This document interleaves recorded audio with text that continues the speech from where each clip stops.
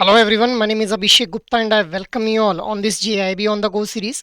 सो दोस्तों, JIB on the go series के through हम लोग आरबीडब्ल्यूएम कंपोनेंट के जो मोस्ट इंपॉर्टेंट टॉपिक्स हैं उनको कवर अप करने की कोशिश कर रहे हैं ना very short duration of time.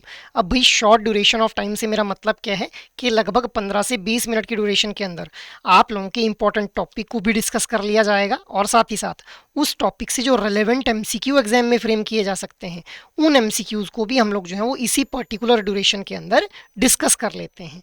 तो अब आप लोग इस सीरीज को यूटिलाइज कर सकते हैं अपने लंच ब्रेक के अंदर या फिर अपने कम्यूट टाइम के अंदर। गाइज, आज हम लोग बात करने वाले हैं टैक्स बेनिफिट्स के बारे में, which are there with respect to the home loans under section 80C guys. But before moving ahead, I just want to let you know guys कि भाई अगर आप लोग एक स्ट्रक्चर्ड प्रेपरेशन करना चाहते हैं अंडर द राइट गाइडेंस तो आप लोग जो इन रिस्पेक्टिव कोर्सेज में खुद को एनरोल कर लें, जैसे कि super crash course, test series और लाइव क्रैश कोर्स भी। अब इन कोर्सेज के बारे में हम लोग डिटेल में बात करेंगे in the end of this particular session. Till then हम लोग अपनी डिस्कशन को कंटिन्यू करते हैं with the previous year question guys. अब देखिए, ये जो टॉपिक है the tax benefit which are available under section 80C, इस टॉपिक से हम लोगों को लास्ट साइकिल में भी एग्जाम में क्वेश्चन देखने के लिए मिले। जैसे नवंबर 2025 के अंदर हम लोगों ने जो क्वेश्चन था वो देखा कि भी which with reference to the tax benefit on home loan principal repayment under section 80C which of the following statements are correct. अब देखिए, जो भी टॉपिक हम लोग यहाँ पे डिस्कस कर रहे हैं इस पर्टिकुलर सीरीज के अंदर, उन टॉपिक से कहीं ना कहीं हम लोगों को लास्ट साइकिल के अंदर जो क्वेश्चन है वो जरूर देखने के लिए मिल रहे हैं अभी। तो आप लोगों ने इस सीरीज के साथ कंसिस्टेंटली जुड़े रहना है सो दैट आप लोग अपनी प्रिपरेशन को स्ट्रीमलाइन कर पाए भी। आफ्टर दैट अब हम लोग आज की डिस्कशन को स्टार्ट करते हैं। सो आज की डिस्कशन को हम लोग स्टार्ट करेंगे with tax benefit on home loans under section 80C guys. अब जो सेक्शन 80C है, section 80C of the income tax act 1961 के बारे में यहाँ पे बात की जा रही है। इस सेक्शन के अकॉर्डिंग टैक्स डिडक्शंस अलाउ की जाती हैं for various investments and expenses. मतलब जो इंडिविजुअल्स के द्वारा अलग अलग तरह की इन्वेस्टमेंट्स की जाती हैं या फिर एक्सपेंसेस किए जाते हैं, उनके अगेंस्ट डिडक्शन क्लेम की जा सकती है under section 80C, including principal repayment of a home loan for the residential unit भी। अब देखिए, जब भी हम लोग लोन की बात करते हैं तो एक प्रिंसिपल कंपोनेंट और एक इंटरेस्ट कंपोनेंट देखने के लिए मिलता है। अब सेक्शन 80C के अंडर हम लोग जो है वो डिडक्शन क्लेम कर पाते हैं for this principal component of home loan guys. अब what is the eligibility for home loan principal repayment? तो देखिए, जो डिडक्शन है it is available for principal repayment of home loan that is taken for purchase, construction और repair of a residential unit. This thing you need to remember कि भाई residential unit के लिए ही जो है वो डिडक्शन क्लेम की जाएगी अंडर सेक्शन 80C। अब अगर रेजिडेंशियल यूनिट आप लोगों ने जो है परचेज करनी है, मतलब बना बनाया घर खरीदना है, या फिर आप लोगों ने जो है वो कंस्ट्रक्शन करने के लिए होम लोन ले रखा है, या फिर आप लोग जो रिपेयर या फिर रेनोवेशन करवाना चाहते हैं अपने एग्जिस्टिंग घर के अंदर, तो वहाँ पे जो है वो अगर आपने लोन ले रखा है तो उस लोन के अगेंस्ट आप लोग जो प्रिंसिपल अमाउंट की रीपेमेंट करेंगे उसके लिए जो डिडक्शन है वो क्लेम की जाएगी अंडर सेक्शन 80C भी। अब ये जो डिडक्शन है it is available for both self occupied and let out properties. मतलब जो रेंटेड प्रॉपर्टीज़ हैं, जो आप प्रॉपर्टी आप लोगों ने रेंट के ऊपर दे रखी है उस प्रॉपर्टी के लिए, और जो सेल्फ ऑक्यूपाइड प्रॉपर्टीज हैं, दोनों के केस में जो डिडक्शन है वो क्लेम की जा सकती है। बट हाँ, ये ध्यान में रखना कि कमर्शियल जो यूनिट है उसके लिए जो डिडक्शन है that is not eligible here. अब what is the deduction limit भाई? तो देखिए, जो डिडक्शन है for the principal repayment that is capped at 1,50,000 per year combined with other section 80C deductions. तो सेक्शन 80C के अंडर हम लोग अलग अलग तरह की जो इन्वेस्टमेंट रहती है उनके लिए डिडक्शन क्लेम कर लेते हैं। उन्हीं में से एक पार्ट बनता है हमारा प्रिंसिपल रीपेमेंट के लिए डिडक्शन गाइज। तो ओवरऑल जो सेक्शन 80C की लिमिट है दैट इज 1,50,000, उसी ओवरऑल लिमिट के अंदर हम लोग जो डिडक्शन है वो क्लेम कर पाएंगे फॉर द प्रिंसिपल रीपेमेंट भी। अब जो लिमिट है ये शेयर की जाती है, जो 1,50,000 की लिमिट है इसको शेयर कर लिया जाता है विद अदर एलिजिबल इन्वेस्टमेंट, जो मैंने अभी आप लोगों को बताया कि भाई बाकी जगह भी इन्वेस्टमेंट की जाती है। तो कंबाइंड इन्वेस्टमेंट, कंबाइंड डिडक्शन की लिमिट है ये 1,50,000 भी। तो बाकी इन्वेस्टमेंट जैसे public provident fund, tax saving fix deposits, life insurance premiums, national saving certificate and senior citizen saving schemes. So these are multiple kind of investment options जहां पे अगर इन्वेस्टमेंट की गई है along with the principal repayment तो हम लोग overall जो डिडक्शन है वो क्लेम कर सकते हैं 1,50,000 रुपीज की भी। आफ्टर दैट अब अगर हम लोग बात करें स्टैंप ड्यूटी और रजिस्ट्रेशन फी के बारे में, तो देखिए जब भी हम लोग जो है वो घर परचेज करते हैं तो वहाँ पे हम लोगों को जो है वो घर की रजिस्ट्रेशन करवानी पड़ती है, जिसके लिए एक फ़ी पे करनी पड़ती है। इसके अलावा स्टैंप ड्यूटी भी हम लोगों को पे करनी पड़ती है अभी। तो जो भी रेजिडेंशियल प्रॉपर्टीज़ के लिए स्टैंप ड्यूटी पे की गई होगी या फिर रजिस्ट्रेशन फ़ी पे की गई होगी, that is also eligible for deduction under section 80C। और जो ओवरऑल डिडक्शन लिमिट है वो वही रहेगी 1,50,000 अभी। अब ये जो डिडक्शन है on this stamp duty and registration fee, it can also be claimed, चाहे आपने लोन लिया है चाहे लोन नहीं ले रखा है आप लोगों ने। So this deduction can be claimed whether or not a home loan is taken guys. जो डिडक्शन है वो अलाउ की जाती है उसी ईयर के अंदर जिस ईयर के अंदर एक्सपेंसेस किए गए हैं, मतलब जिस ईयर में स्टैंप ड्यूटी और जो रजिस्ट्रेशन फी है वो पे की गई है एक इंडिविजुअल के द्वारा, उसी ईयर के अंदर इन स्टैंप ड्यूटी और रजिस्ट्रेशन फी के अगेंस्ट जो डिडक्शन है वो क्लेम की जा सकती है अभी। अब what is the basis of deduction here, तो देखिए जो डिडक्शन है फॉर द प्रिंसिपल रीपेमेंट ये अलाउ की गई है on a payment basis. Payment basis का मतलब क्या है कि भाई जब एक्चुअल पेमेंट जो हो की जाती है इंडिविजुअल के द्वारा, तभी जो इंडिविजुअल है वो डिडक्शन क्लेम कर सकता है for this principal repayment guys.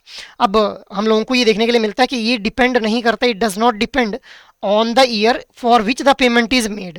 अब जैसे यहाँ पे स्टैंप ड्यूटी और रजिस्ट्रेशन फी जिस ईयर में जो है वो पे की गई है उसी ईयर में डिडक्शन क्लेम की जा रही है, बट प्रिंसिपल रीपेमेंट के केस में the year doesn't matter here, so it does not depends upon the year कि किस ईयर में जो पेमेंट है वो की गई है, जिस वजह से एक फ्लेक्सिबिलिटी यहाँ पे प्रोवाइड कर दी जाती है इंडिविजुअल को for claiming the deduction on the principal repayment guys.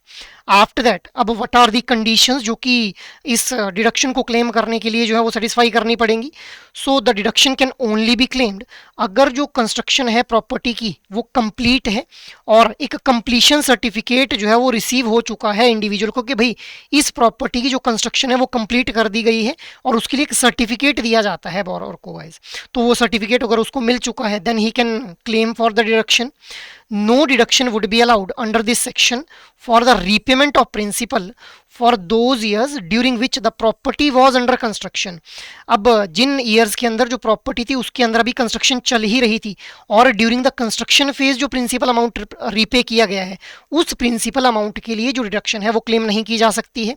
जो डिडक्शन है इट इज़ अवेलेबल चाहे जो प्रॉपर्टी है वो सेल्फ ऑक्यूपाइड है या फिर वो लेट आउट मतलब रेंटेड प्रॉपर्टी है गाइस, ठीक है।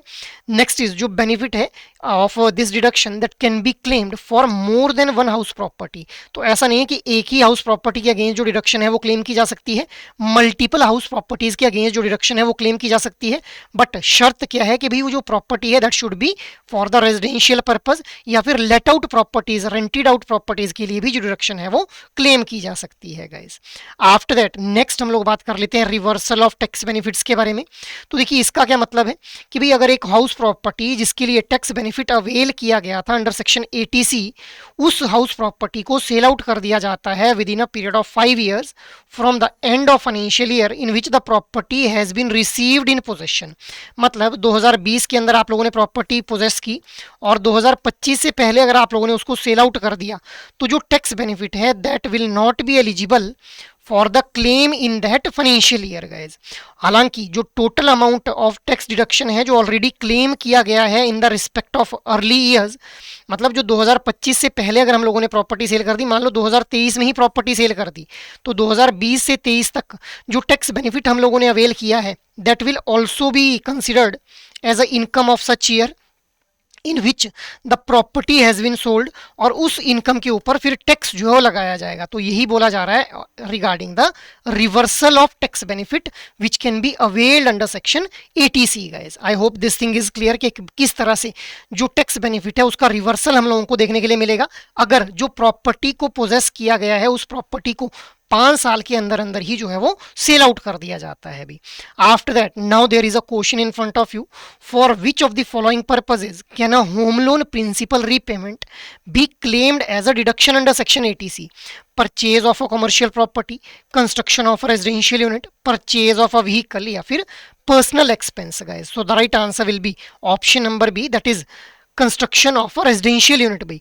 तो कमर्शियल प्रॉपर्टी के लिए भी डिडक्शन क्लेम नहीं की जाएगी, व्हीकल के लिए भी नहीं की जाएगी, और पर्सनल एक्सपेंस के लिए भी जो डिडक्शन है वो क्लेम नहीं की जाएगी on the home loan principal repayment under section 80C guys.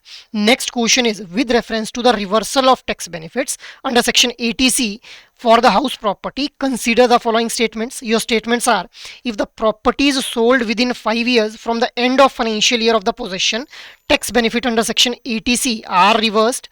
The deduction claimed earlier remains unaffected if the property is sold within 5 years.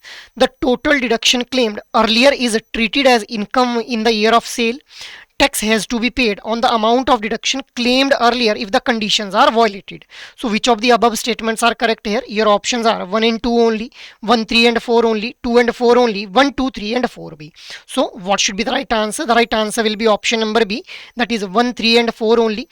अब second statement क्या बोल रही है? The deduction claimed earlier remains unaffected even if the property is sold within 5 years. नहीं भी, अगर 5 साल से पहले प्रॉपर्टी को सेल आउट कर दिया जाता है then there will be reversal of the tax benefits भी। अभी हम लोगों ने इसके बारे में बात की, तो ये हम लोगों ने टैक्स बेनिफिट्स को समझ लिया which can be availed under section 80C in case of home loans guys।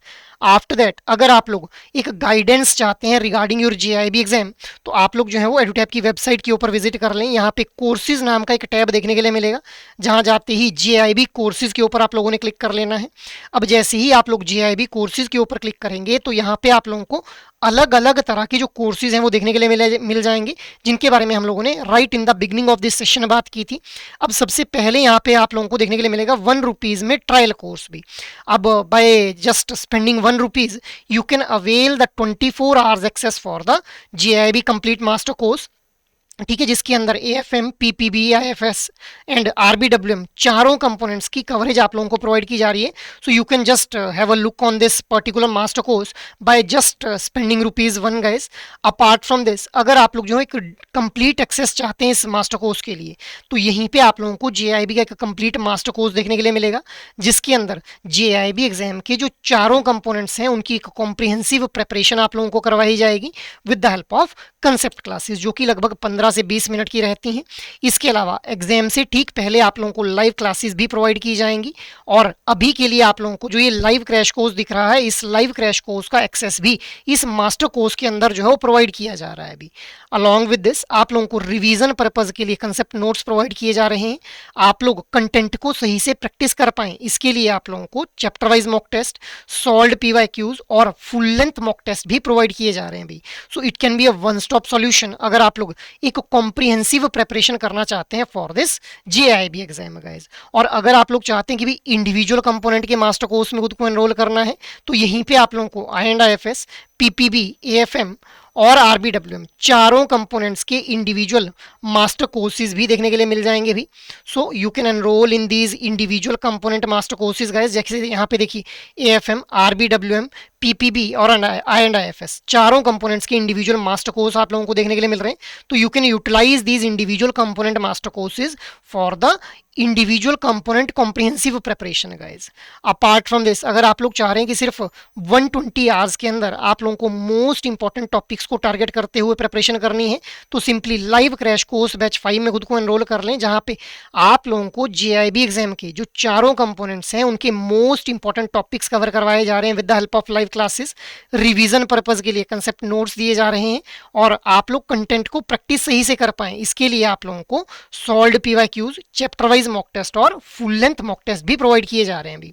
So you can opt for this particular course अगर आप लोग मोस्ट इंपॉर्टेंट टॉपिक्स को टारगेट करते हुए अपनी प्रिपरेशन को परस्यू करना चाहते हैं अभी। और अगर आप लोगों के पास टाइम का बहुत ही ज़्यादा क्रंच है, तो आप लोग सिर्फ 60 आवर्स की ड्यूरेशन के अंदर अगर प्रिपरेशन करना चाहते हैं bye focusing on the most important topics, so simply super crash course batch 1 में खुद को एनरोल कर लें, जहां पे लाइव क्लासेस के थ्रू 60 आवर्स की ड्यूरेशन के अंदर चारों कंपोनेंट्स के मोस्ट इंपॉर्टेंट टॉपिक्स आप लोगों को कवर करवाए जाएंगे। रिवीजन पर्पज के लिए कंसेप्ट नोट्स दिए जाएंगे, आप लोग कंटेंट को प्रैक्टिस सही से कर पाएं, इसके लिए आप लोगों को chapter wise mock test, full length mock test और सॉल्व्ड PYQs भी प्रोवाइड किए जाएंगे भी। So it can be a one stop solution अगर आप लोग सिर्फ मोस्ट इंपॉर्टेंट टॉपिक्स को फोकस करते हुए 60 आवर्स की ड्यूरेशन के अंदर अपनी प्रेपरेशन को परस्यू करना चाहते हैं अभी। और अगर आप लोगों को लगता है कि आप लोगों की प्रेपरेशन तो कंप्लीट है, अब आप लोगों को सिर्फ जो है वो अपनी इवेल्युएशन करनी है, तो आप लोग टेस्ट सीरीज में खुद को एनरोल कर लें, जहां पे आप लोगों को मई 2023 से नवंबर 2025 तक के जो सॉल्व्ड पीवाईक्यूज हैं वो प्रोवाइड किए जा रहे हैं विद डिटेल्ड एक्सप्लेनेशन। आप लोगों की चैप्टर के ऊपर कमांड एस्टेब्लिश हो पाए, इसके लिए चैप्टर वाइज मॉक टेस्ट आप लोगों को प्रोवाइड किए जा रहे हैं इस टेस्ट सीरीज के अंदर। और आप लोग एग्जाम लाइक पैटर्न के अंदर, मतलब 2 घंटे में 100 क्वेश्चंस को प्रैक्टिस करना आप लोग सीख जाएं, इसके लिए फुल लेंथ मॉक टेस्ट यहाँ पे प्रोवाइड किए जा रहे हैं अभी। सो आप लोग इन पर्टिकुलर कोर्सेज में से किसी भी कोर्स में जो है वो एनरोल कर सकते हैं खुद को, depending upon your need for JIB preparation guys. So that is all from my side for this particular session.